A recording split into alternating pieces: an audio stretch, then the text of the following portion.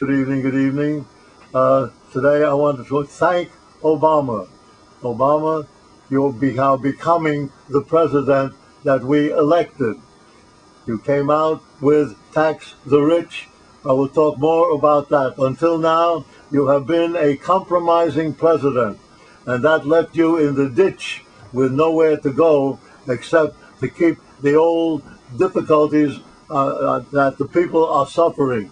You now are aware that it is the wrong way to do it, and you must come back to answering the problems of the people, not of the rich. Before you were elected, they even gave the tax break to the rich. You're coming back on that. You are, I hope, ending the phase of being a compromising president, because they will never compromise with you.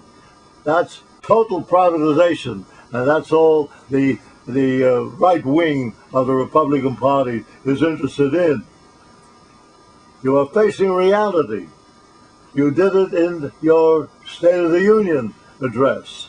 And facing reality means understanding that our people in the country are suffering, and that has to be dealt with. So your State of the Union address was the beginning of a turning point, which now we see is taking greater shape, and that you will be fighting for a redistribution of the wealth that had been accumulated in a disproportionate way, where the people are creating the wealth and not the market, but that the market is gaining all of the wealth, and the people are losing their lives and losing their standard of living.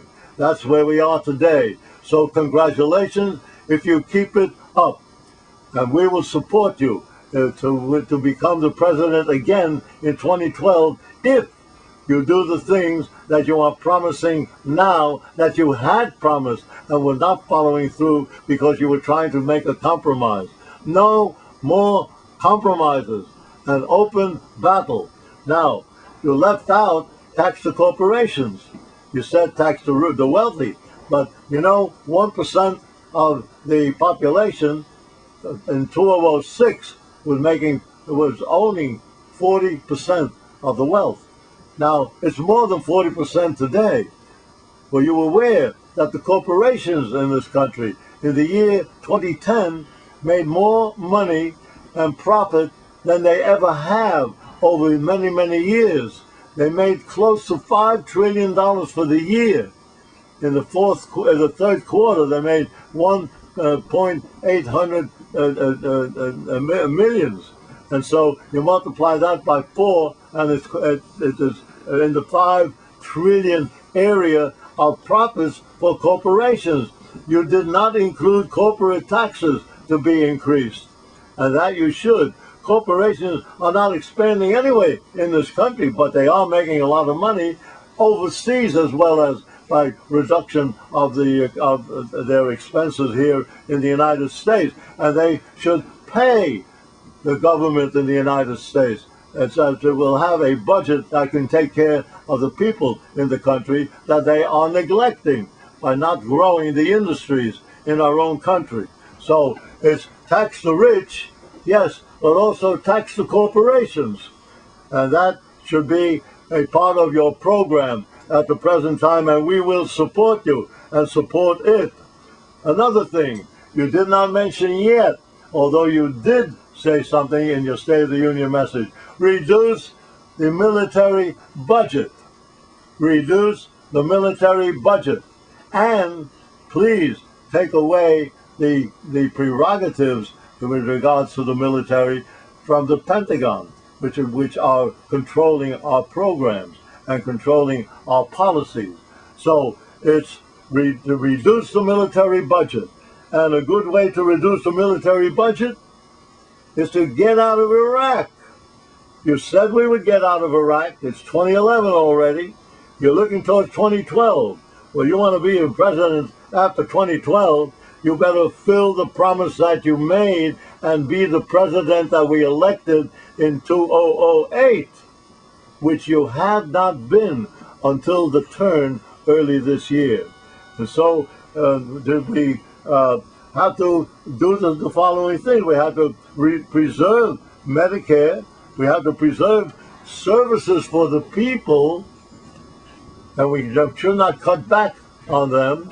We have to do something about health, education, etc., which you dealt with in the State of the Union message. But this should be major programs immediately, because then we will re-elect you.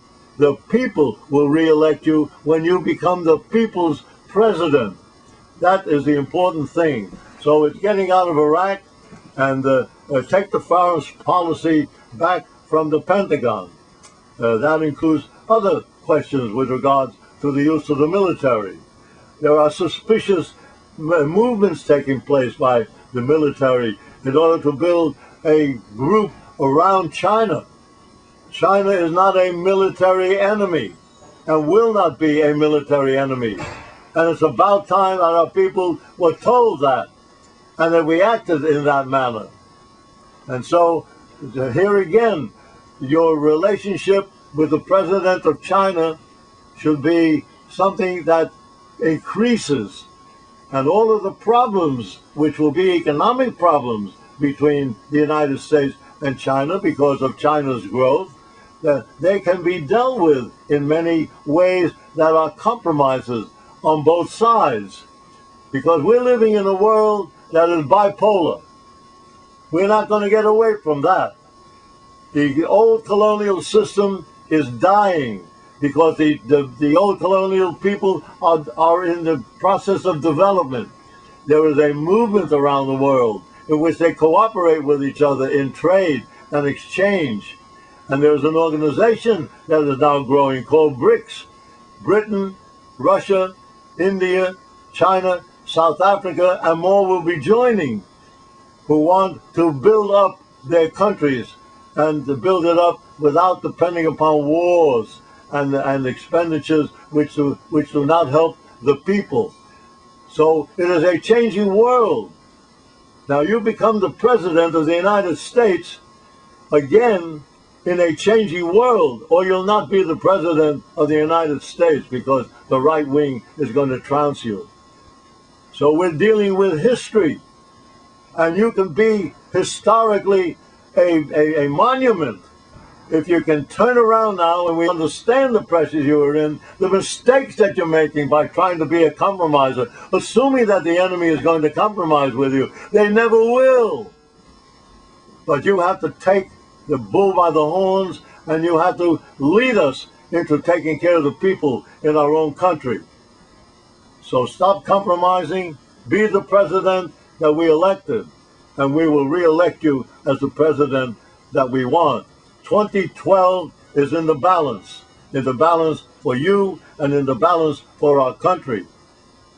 Please listen, please act, and we will follow every move that you made and support every move you make to rebalance the distribution of the wealth of the country and earn enough money so that our government can do a job to help our people.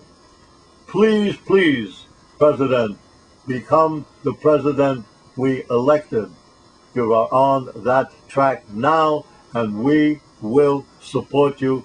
And please listen to us. Thank you. Incidentally, I made a mistake. When I mentioned BRIC, I said Britain instead of Brazil. So this is just a little PS. Thank you for listening.